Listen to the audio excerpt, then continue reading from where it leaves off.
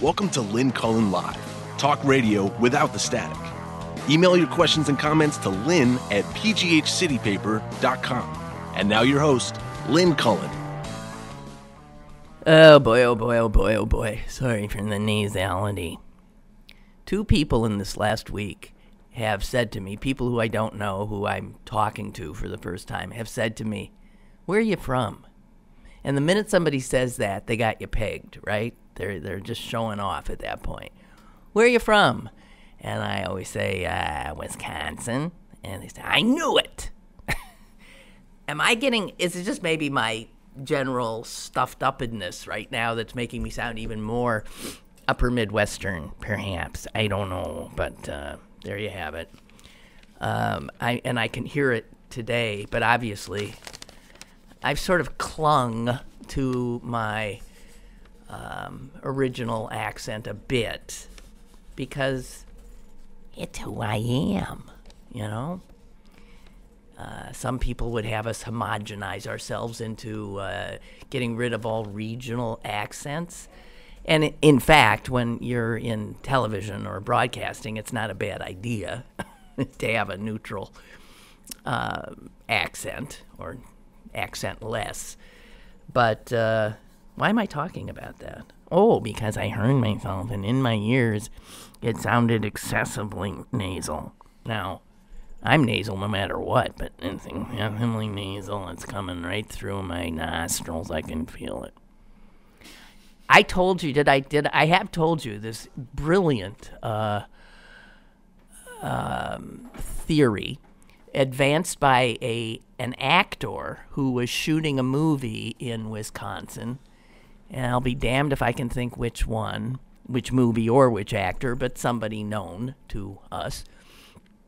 And they were shooting in the winter in Wisconsin, and because it was a Wisconsin-based movie, like Fargo, people had to sort of try for the accent. You know, when you do a movie set in Boston, you do the Boston accent, you have to do it.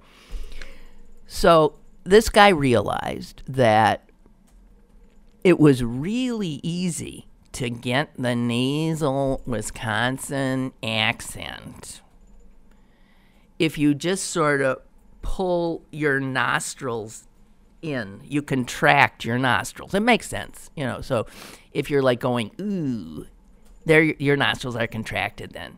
So once you contract, it creates this much more nasal sound. And what he realized was that when he was outside and it was 2 degrees, wind chill, who knows what, below zero, he noticed that his nostrils did that naturally. They closed down because, I don't know if you've ever experienced real cold. I mean real cold. But it actually hurts to breathe it in. It's so cold, and your nasal passages are so nice and warm that, you know, you immediately get icicles in your nose. I mean, everything freezes. So it only makes sense that the body sort of protecting itself from this assault of ice-cold air closes down, and that's how you then get the closes down. Because if I open up, closes down, it's nowhere near as, see, that's it. He figured it out. He said, I think people in that northern tier, like, what's her name, Palin, she was from up there, a little to the west. But if you hear people, and certain Canadians as well, people from cold climates are used to constricting their nasal passages, and consequently, they have a more nasal verbal delivery. There you have it. It is merely a theory, but I think it's an excellent one myself. Sniff. Oh, guys, where to start? He's off. He's in the air now. I was eating dinner with my son and a friend last night, and somehow, I think it was my kid, he brought up Trump. And I said, please, I'm begging you, please. I don't want to have this conversation. I'm trying to enjoy my dinner. I don't want him intruding on my dinner. I said, could we please just sit? Do you remember when like 3 people could sit and his name never came up? I mean, you had other things you talked about. I begged.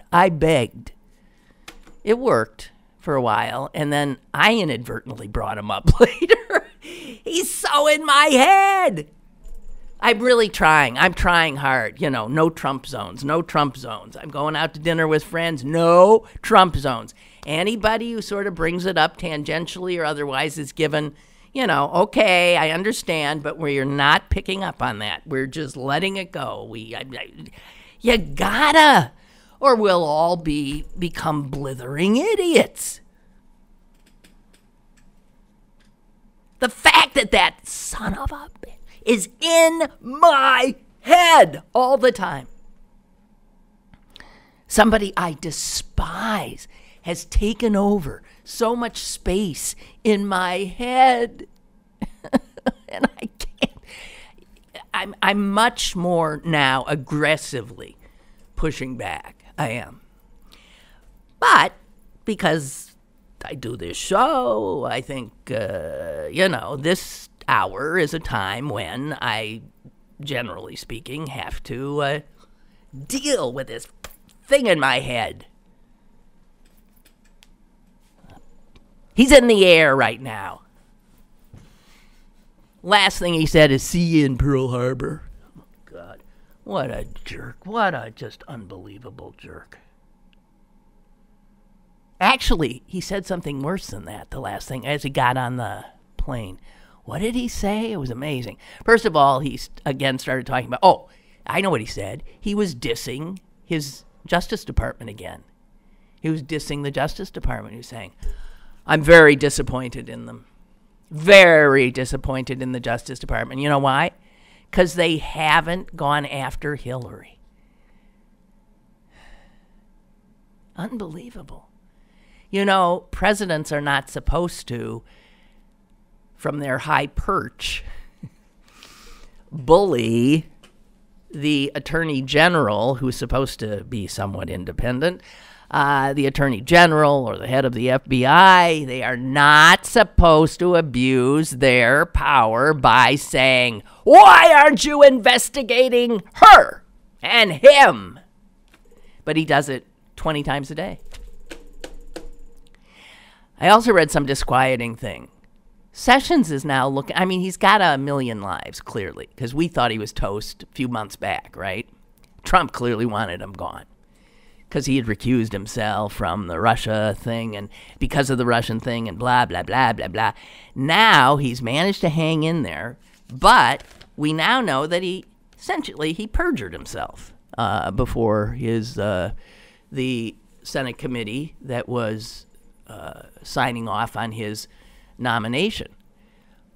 He said he never met with any Russians. He said he didn't know of anybody else who met with any Russians.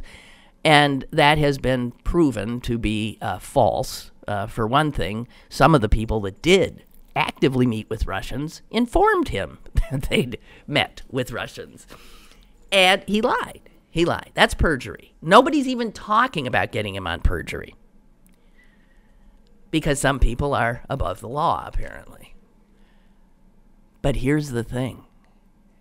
If, in fact, there are people within the Trumpian world, they can now see a path to getting Sessions out. Why would they want Sessions out? You get Sessions out, and then the president appoints a new attorney general. The new attorney general fires Mueller. So that's a potential scenario you can sort of file in the back of your head.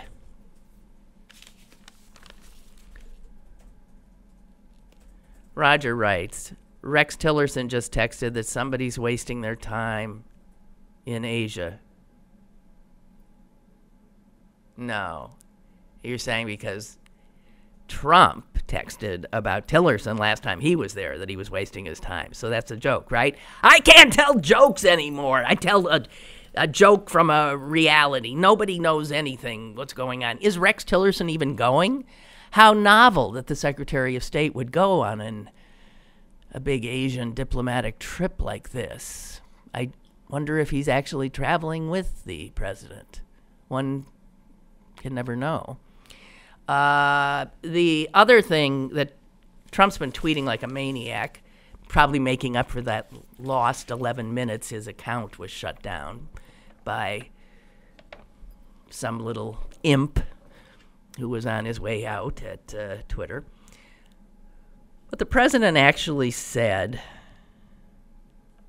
when questioned about all the empty positions in the State Department, I mean, there are like 0 undersecretaries of anything, and there's nobody under the undersecretaries. And for that matter, there might not even be some people in really important positions.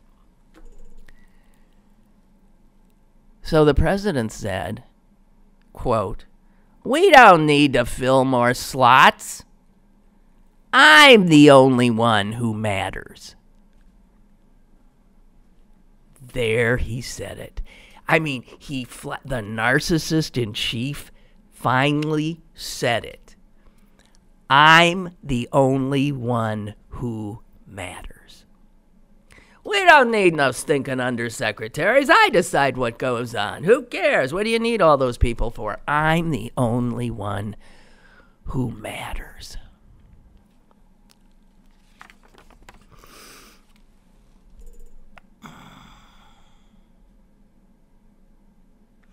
You know, he's squawking now about merit-based immigration policy. Merit-based immigration policy. And I was thinking, if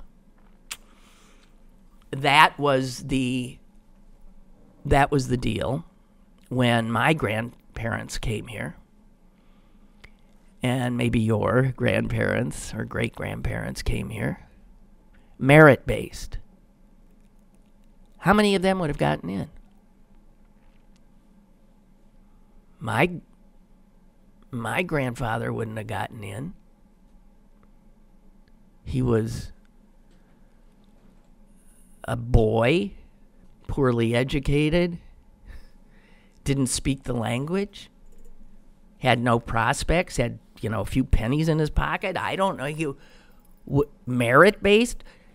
Somebody said to him, "What do you have to offer us?" And he were to say something like, "My energy, my quest for personal achievement, my ambition, my desire to build a family, and all this stuff that I'm sure was in his head." But you wouldn't know that this guy could do any of that. He was let in without being asked that question about did he merit entry. Because merit-based, you know what that means now. That means highly educated. That means already somebody who's got a lot of things going for him. So that takes out of the mix the very people who Emma Lazarus spoke of in her poem that sits at the base of the Statue of Liberty. You're tired. You're poor, you're huddled masses, yearning to breathe free. Send me the tempest-tossed. Send them the tempest-tossed to me. I lift my lamp, right, beside the golden door. Something merit-based. Oh, no, that's just more haves. A system that'll work for people who already have a lot going for them. God, I pity people who are by no reason of their own, simply accident of birth, born in the wrong place, to the wrong people. How dare you be born to people who are living paycheck to paycheck? Don't you have any sense? merit-based this president wants. And I was thinking, hey, you buffoon, what if we instituted that standard for the job you hold? Merit-based presidency. I don't think you'd be there, right? We have a caller, and Aaron writes, I have about 10 pairs of glasses now, and thanks, because I was talking about their fashion statements. And thanks to companies like Warby Parker and other online shops, it's pretty affordable. Speaking of which, Tom Sokolowski always had different pairs of glasses. Yeah, he was a guy who really knew how to wear glasses. Miss watching you too. I hear he got a job. He's out of town. I don't know where Tom went, but he ain't here anymore. I'm so happy he got a good job someplace. And we have a caller on the line. Hello. Hello. Hello. Go ahead. Hello, Lynn? Yeah. Go ahead. Oh, I'm sorry. What I was going to say is you were talking about that immigration stuff and that's why this Trump, I hate to even talk about him too, he's such an a-hole. He has to be impeached. He has to be thrown out of here. We can't make this normal. I mean, I know it's going to be hard. I don't know what's going to happen, but the guy's got to get out. We've got to get him out of here. I don't like Pence at all, but we got to get him out because they're going to make this normal, how to conduct yourself as a president. And in all ways, it's no good for the country at all. And he has to be impeached. Somehow he's got to get knocked out of there. I don't know how it's going to happen, but it's got to happen. I thought I thought maybe I was just hoping. I thought he wouldn't make 1 year. I thought he'd be gone by now, but he's closing in on a year in office. Yeah, and I'm thinking, oh my God, what are they going to do? Pass this tax thing and the bastard get reelected again? I mean, it's just, it's kind of like in the same shit he's coming up with. It's just none of it's any good. I mean, I don't think that tax cut's going to go through, but who knows? These Republicans, they go wishy-washy. You don't know what they'll vote on. I don't know. I don't know either. That's the new normal. I don't know. But I hear you and understand your feeling. Yeah, I'm like you. I don't like to talk about the guy anymore, and I have to. Okay, so let's not. That's right. Okay. Let's not. Have a good weekend. Yeah, goodbye. You too. Goodbye. Have a Trump-free weekend. And Kathleen emails, please, excuse me, no more Trump. I love your program, but I refuse to be owned by these manipulators who control our conversations and our public reality. We have to fight back. No more Trump, please. Well, I mean, we can't totally ignore the guy since our mission, should we choose to accept it, is to get him the hell out of there, right? So, I mean, I just want him out of my head when I'm trying to enjoy myself. That's all. And he's there. I go to bed with him every night. I wake up with him every morning. I'm driving in my car, enjoying the scenery, and something will come on the radio, and he's in the car. He's everywhere. He is inescapable. All right. Did you see? I'm avoiding the tax thing because, again,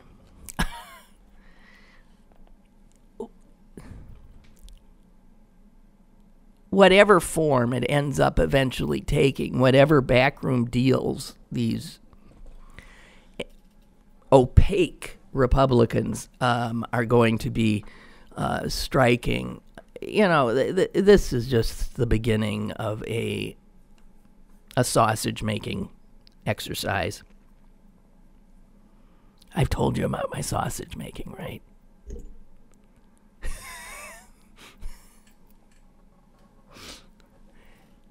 I didn't. Yes, I did. I know I have. For Stephen's benefit. I used it, well, you know, the quote that, legislation, well, you don't want to avert your gaze from what goes on in legislative environs because it's like making sausage. And I wonder if some people think, what the hell does that mean?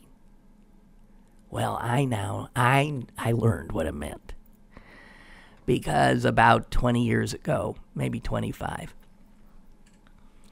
when I was doing this shtick called On the Job for WTAE television, I went off to a little ma and pa sausage maker somewhere in some outlying county.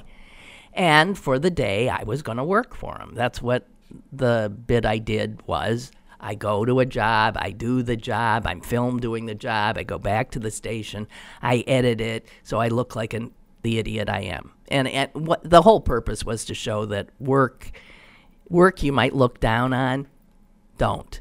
It's hard or it's tedious or it's whatever it is. But I had a reason for doing it. But at the sausage making thing, oh God! All of a sudden I am putting entrails. I am putting intestines of some animal that was, it was like a string that went on forever. I was threading them onto this like tube machine. Threading, and it's just like, well, it's an intestine. You ever touched an intestine? Yeah? Well, you're missing something.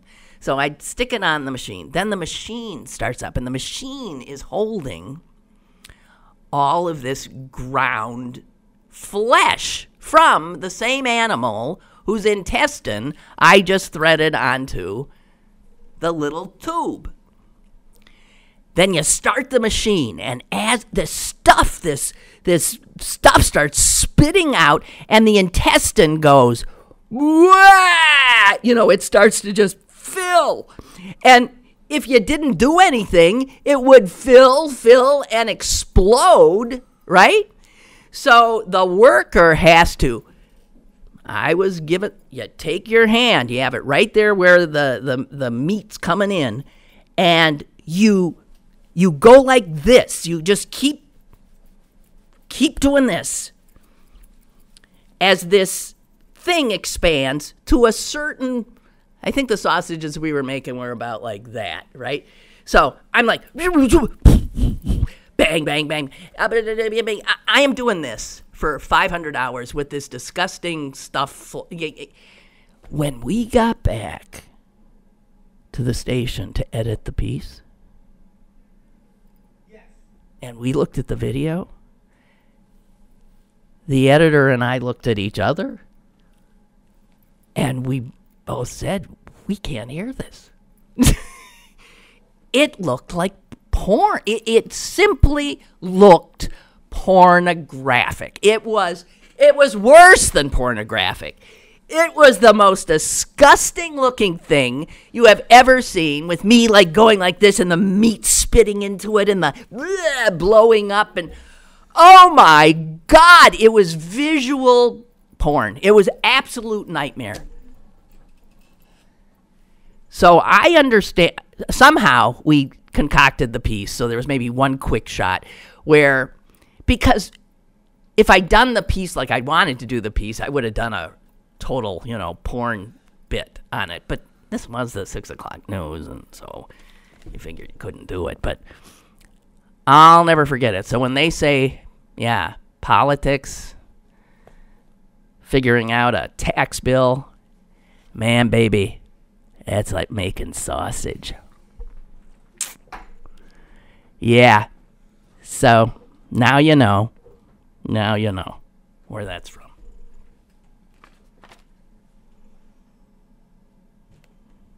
Laura has written, Tom Sokolowski, who used to be a regular on my show, as you all know, and who was the first director of the Andy Warhol Museum. Thank you, Laura, because I didn't know where he ended up. He is now the director of the Jane Voorhees Zimmer art museum at Rutgers. Zimmerly something art museum. Well, that's good. He starts October. Well, he started. I started October 16th. So he's in Rutgers. He's in New Jersey. Laura says, I miss him too. He was interesting. You have interesting guests when they do come on. Well, you know, Tom and I, he got mad at me is what happened. He got mad at me. Can you imagine getting mad at me? He got mad at me. He felt I was undercutting him and belittling him on the air. And he quit. And really did not speak to me again. It's amazing. I was blown away by it. I mean, on the other hand, he was starting to annoy me too. He was. So I was thinking, yeah, goodbye already.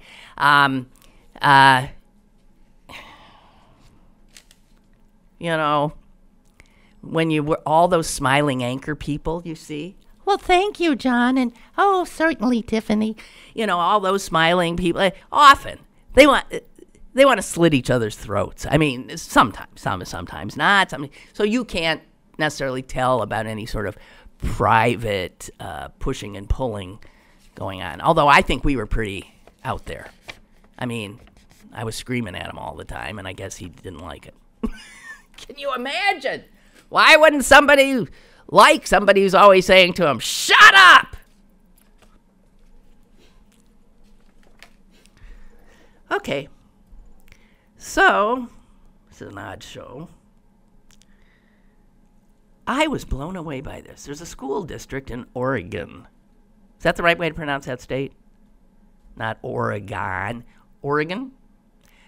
There's a big school district, 40,000 plus students, and the teachers and staff have been told that if they suspect, get this, if they know or suspect that a student is engaged in sexual activity, they are to be reported to law enforcement. I kid you not. I kid you not. Now, we've all been in high school, right?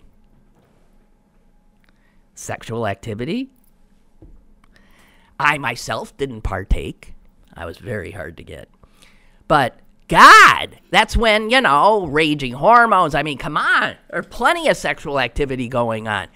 And this school district is telling its teachers, if you are aware or suspect, they are to be reported to law enforcement. Now, why would that be? And here's why. Here's people going insane. Because Oregon, like other states, have a child abuse law on the books. And it states that having sexual relations with anyone under the age of 18 is child abuse. And so I guess they're thinking that children can abuse each other. So if you have two consenting 17-year-olds engaged in sexual activity, they are both also engaged in child abuse, according to these brilliant folks in Oregon. I don't know. It is beyond me how something like that ever made it out of committee. I mean, how do a bunch of sentient beings sit around a table and decide that this is a good, and we will have a meeting of all teachers and staff at which they will be told to criminalize 30% of the student population, probably much more, on a suspicion that they are engaged in sexual activity. Beyond belief. That was the story today that made me my jaw drop. It takes a lot for jaws to drop, I know. The bar. That's a one bar Trump's raised. The jaw-dropping bar. Right? Because do you remember Barack Obama once wore a brown suit? Do you remember this? Look it up. Once. once, when he was president of the United States, he showed up for work wearing a light brown suit. All hell broke loose. Jaws dropped all over the country. It didn't look presidential. What's he wearing that brown suit? What an outrage, blah, blah, blah. I remember thinking, what the? He never wore it again. But jaw-dropping, my God. I mean, our jaws would never be shut. We wouldn't be able to masticate. We wouldn't be able to, we would die from lack of nourishment if the jaw-dropping threshold were what it was when Obama was president, because our jaws would never be off the floor. So one bar he's raised. Got to give credit where credit's due. No. Now, I want to talk. I don't want to talk about the friggin' tax plan. I want to talk about the men behaving badly thing. Because as you see, it ain't going away. It's snowballing. It's snowballing. There must be so many prominent men in the world, because this is global right now, who ain't sleeping very well, or who are trying to pay women off. Might be some women getting really rich right now, sort of beneath the radar, too. And I can't help but note that one accusation from one guy, Anthony Rapp, absolutely took down Kevin Spacey. One.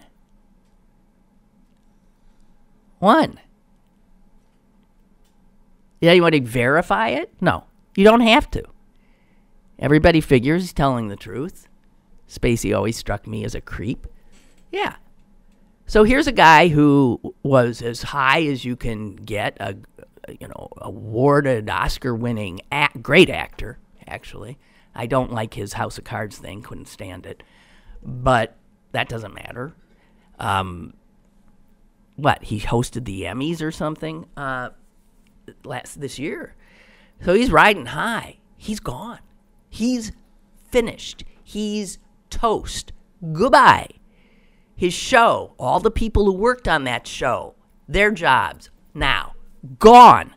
One accusation.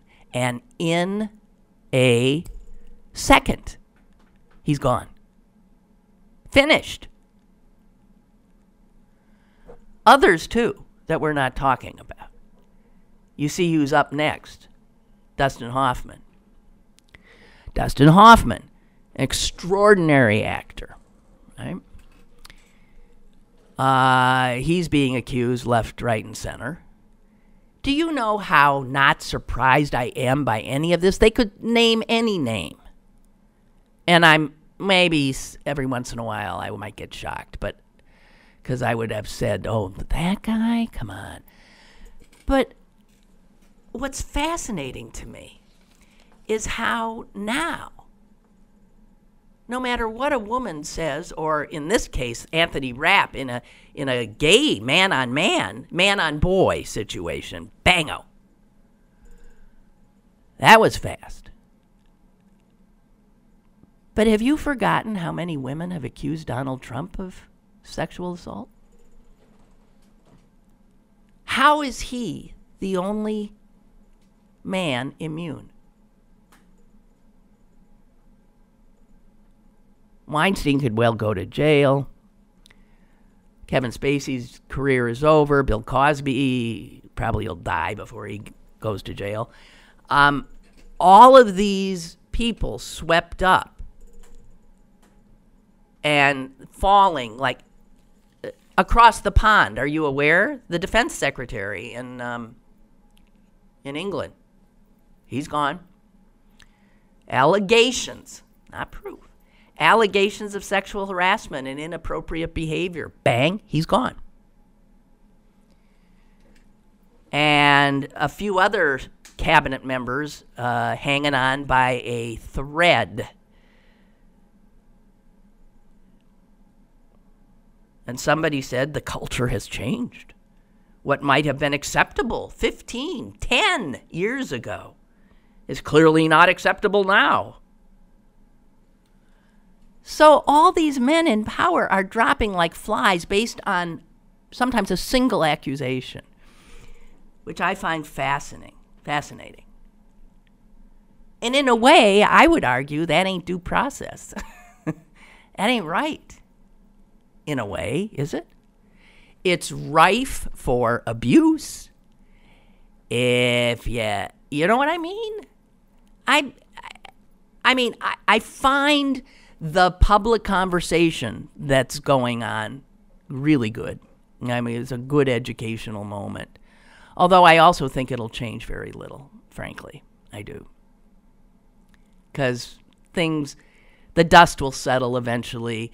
This particular spasm of women accusing and men being held accountable will fade away. And things will go back to normal. Most abusers will not be outed. Most sexual harassers will not be outed. But it's fascinating how some are immune. And the one I know who is absolutely immune is Donald Trump. My God, you got the tape. You got more on Donald Trump than we had on Kevin Spacey. You got more on Donald Trump than on a lot of these guys. You got freaking recordings of him admitting.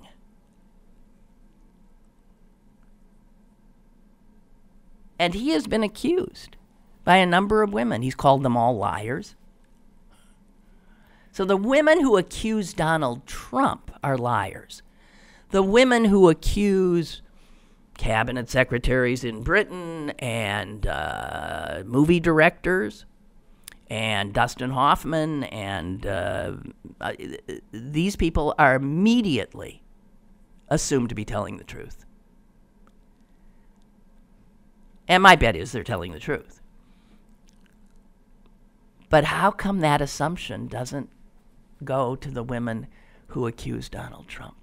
And this was before he was president. This was with full knowledge, the national media atop it.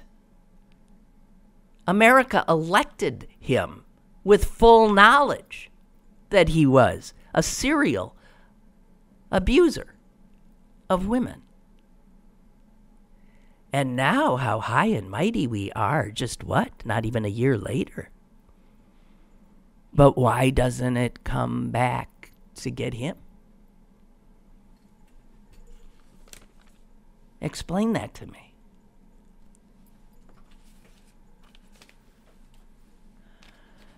And now we got women in Congress speaking up. I got to tell you, that place is rampant with abusers and roaming hands. I know it. I covered a legislature in Wisconsin when I was a young reporter.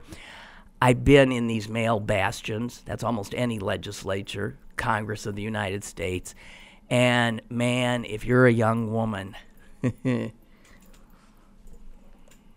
was just part of the deal. Part of the deal. There must be so many sexual abusers in the Senate and the House that I wonder if they could even have a quorum if you got them all out. But now we have Senator Barbara Boxer and Congresswoman, what's her name, Sanchez, and the former Republican Bono, Mary Bono, was married to Sonny,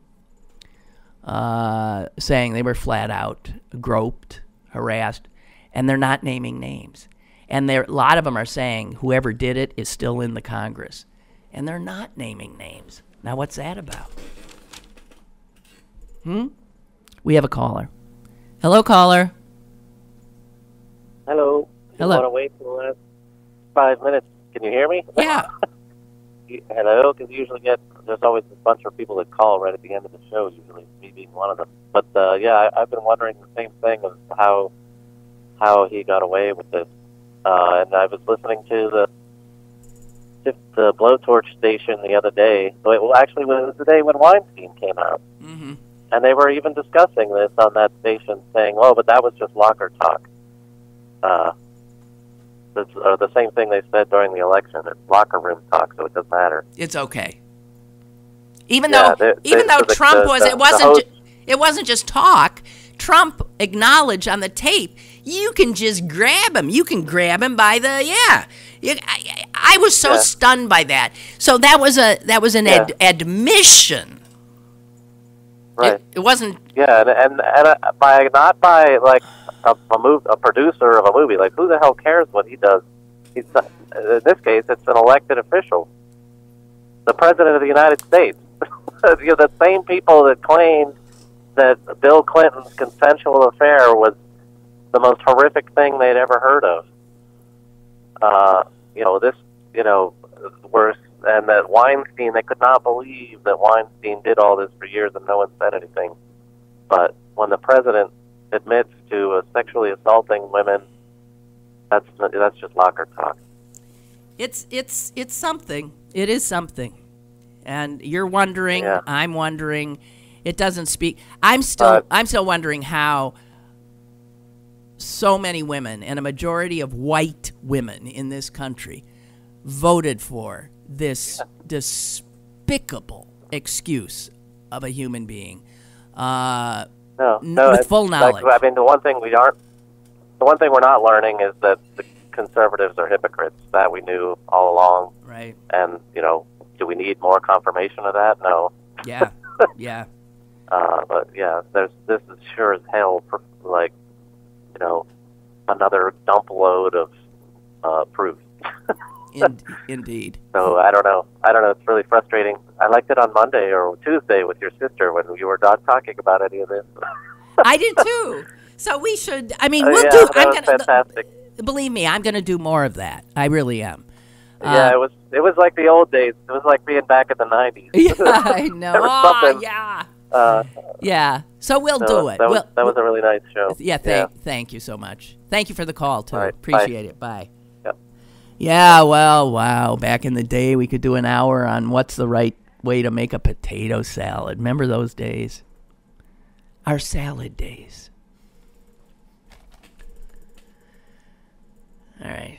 I'm just saying there is a lawsuit that is now proceeding in the New York State Supreme Court. Legal ruling that could come toward the end of the year, and this is lawyers representing one of the women that accused Trump, and they are seeking a subpoena of all Trump campaign records related to his female accusers. If the New York court grants them that means the accusers could be deposed, and also it could end up with Trump being deposed, much like Bill Clinton was deposed. Could happen. Oh, just a little aside. So the guy, the British defense secretary, who's now gone, was replaced by somebody called the ambitious Gavin Williamson. And it says here that Williamson is best known for keeping a pet tarantula on his desk. I just wanted to put that out there for whatever it's worth. Chuck writes, in the case of the school wanting teachers to report suspected sexual activity to law enforcement, which of the two students will be the victim and which will be the accuser? Someone has to be the victim, else there is no crime. I think they're both the victim. You can't... She would be the victim of him, and he would be the victim of her. Right? I mean, how the hell does that work if it's consensual sex by teenagers? Although it is true what the courts always do is they get the boy. They get the boy. As if a 17-year-old girl is incapable of consent. Henry writes, you stole my thunder, but I agree. How can one unsubstantiated accusation take down so many of these Hollywood elites, but multiple substantiated accusations do not take down the president?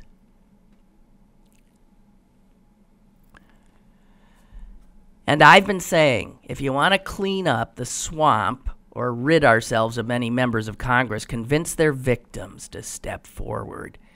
Because I am sure, says Henry, there are many. I'm sure, too. I have no doubt. For God's sakes, you have somebody like Newt Gingrich, who, while his wife's dying, right, of cancer, is screwing around with, somebody who is in a subordinate position to him. This is at the same time Gingrich is going after Bill Clinton for screwing around with some woman who was in a subordinate position to him. The arrogance of their hypocrisy is,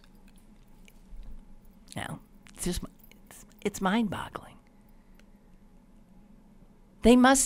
Somebody like a Gingrich is a little like Trump in that he doesn't have a conscience. How could he? How could he and get out of bed in the morning? How could he and look in a mirror? I don't get it. Beth writes. Oh, and Beth is in the film industry. She says, I know several people who work on House of Cards, and I feel very bad that they are now all out of work. That's right. You see, think about that. To do a television series, it takes a lot of people, all the actors, all the the people who are behind the scenes, the producers, the set people, the costumer, the this, the that, the script. You see credits. All those people.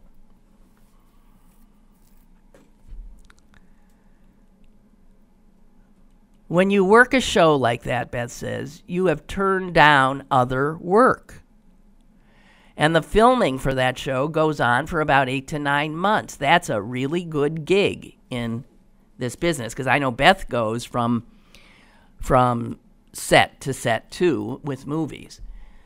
This show was the livelihood for a lot of people who are now wondering if they will have a paycheck in 2 weeks or 4, 6, 8, 9, when the next paycheck. 400 plus people, she figures, are now damaged for the acts of one person who has made enough from that show not to feel the same effects that they're all going to feel.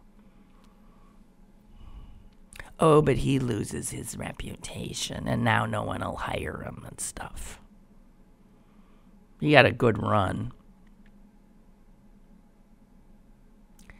I'm sure the man-on-man sexual harassment is huge as well in Hollywood, and probably elsewhere, but Hollywood, certainly there's a more of a concentration.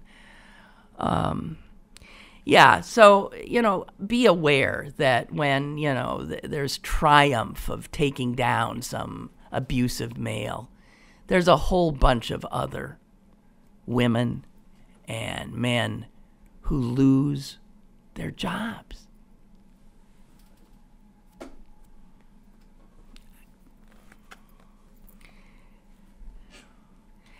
I always get queasy when the mob is active, and the mob is active now. And I start sounding almost like somebody who's like trying to protect the people being accused, and I don't want it to sound that way. But I hate mobs. I hate them.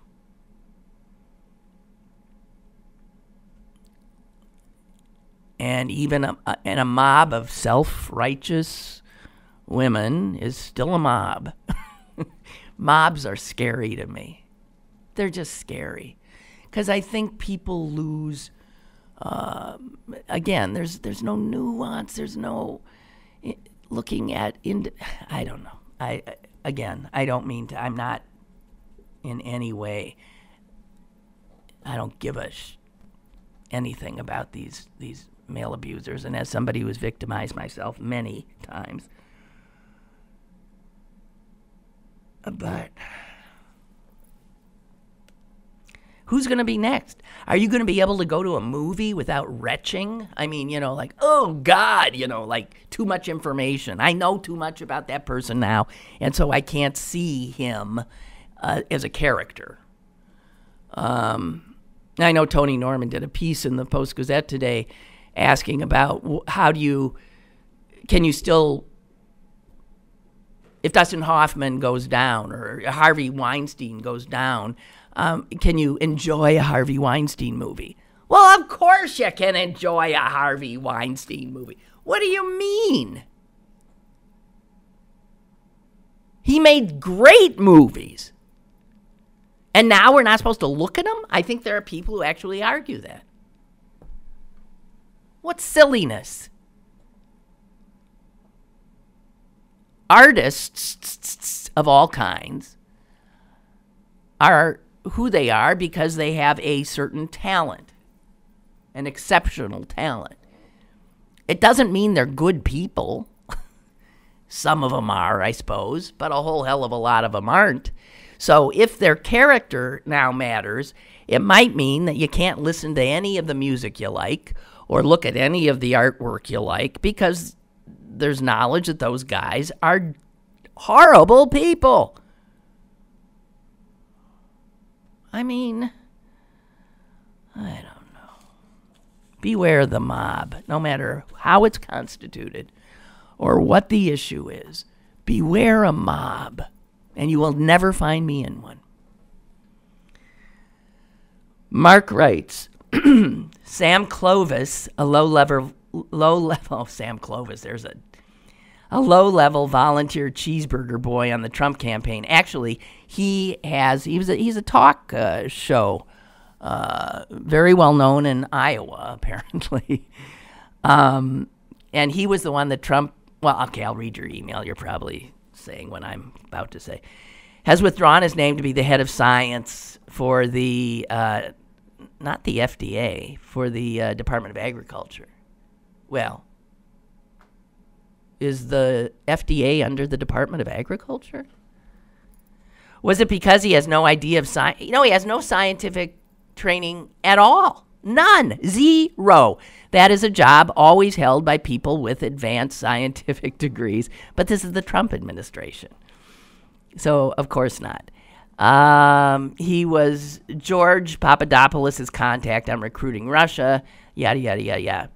Yeah, I know all this. So Clovis now, thank God, he's down.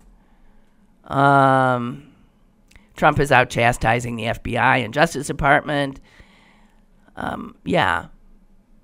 I mean, Mark, tell me something we don't know. On the good news front, the new U.S. ambassador to the Dominican Republic, all right, is a Mar-a-Lago member who Trump was very proud to say has a basic knowledge of some Spanish words. And Mark writes, I wonder if Callista has basic knowledge of some Catholic words. Callista Gingrich is the ambassador to the Vatican, in case you didn't know. Caller, hello there. Hello. Hi, Clarence. Hi. You were talking about finding out too much about these actors and artists and all that kind of good stuff and then not being able to watch them. I always found something strange about me in that. Well, Bill Cosby, used to be my favorite all-time comedian. Yeah. Quote him. I can't even quote him anymore because I can't stand. Yeah. Yeah. For what he did. And then there's Tom Cruise. I used to watch, Tom Cruise action movies and all that kind of good stuff, but only because he jumped up on Oprah's chair or couch that one time, and maybe it seemed weird to me. So now I can't watch any of his movies, new, old, whatever, without thinking about that. So it just completely throws me off. And then there's Michael Richards. Yeah. You know, remember he did that thing in the comedian, he threw the N-word all around the comedian show? Yeah. And I thought, but I still watch Seinfeld, which is weird. It was because for some reason, Michael Richards is not Kramer. That's you know right. I mean? Thank you very much. That's right. Yeah. So, but for Tom Cruise, how many different parts does he play? But that strange little thing that he did it was like so weird and so outrageous that I can't get it out of my head. I can't watch him without thinking about it. You know? Do you know the thing Bill that? Cosby. Yeah, that's not the thing that for Cruise that did it for me. Although I can still watch him. There's a Scientology documentary that he appears in where he does something so creepy at a convention of Scientologists that it looked like a Nazi rally, and he was. It was frightening. It blew me away. So now knowing that he's like this Scientologist freak, but I can still watch him in movies. I don't have that problem. There's another guy too. I just can't think of his name, and he's a popular actor. He's the one that directed that Jesus Christ movie, or wrote it, or whatever. Oh yeah, Mel Gibson. Well, Mel Gibson. Can't watch anything he's in. No, I can't. No, he's out for me. That one's done for me. But did you see he's been brought back? He had an Academy Award nomination this year. I never pay any attention to that stuff. Well, I try my best not to get involved in actors' lives for that reason. You know what I mean? I don't want to know anything about it. I don't care who you're married to. You know what I mean? They're just people who have they have a skill of being able to embody other persona. They have using their bodies as a vessel to animate a fictional character, and that's a great skill. But it doesn't say anything about what kind of a person they are. And there's a lot of. Could you imagine? Yeah. Yeah. Could you imagine if you knew everything about your doctor, your plumber, your mechanic? You know what I mean? So I can't go to this guy anymore because he's such and such a thing. Yeah. Right. And that's you basically be sitting still, standing in the middle of a field with nobody to do anything for you because everybody has their thing. Right. That you might not agree with. Yeah. TMI, right? Too much information? Is that what that stands for? Yeah. I'm old. I don't know. All right. I don't have a 20-something-year-old kid to learn these things. Okay. Yeah, that LOL. You remember LOL? When I first got on Facebook, I thought that meant lots of love. I had no idea it meant laughing out loud. Oh, yeah. Hard to keep up these days, I'll tell you. Yeah. Hey, Clarence, good to hear from you, and thank you. Have a good weekend. Okay. You too. Thanks. Bye. One last email, and then I think we're done. Yes, we elected a president with full knowledge of his sexual abuse. We elected a president with full knowledge of his incompetence. What kind of people are we? For the first time in my life, I've started to wonder if I want to live here anymore. Well, I understand that feeling like, do I know this place? It's not, what, do I, yeah, I understand. Believe me, I do. Believe me, I do.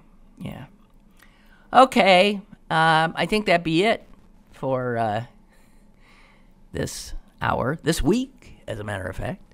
So have a great weekend, and I'll be back on Monday because I got nowhere else to go.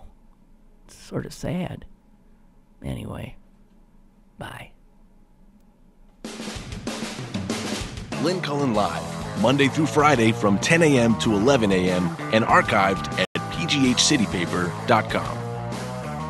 The opinions expressed on Lynn Cullen Live are those of the host and do not necessarily reflect the viewpoints of Pittsburgh City Paper or its advertisers.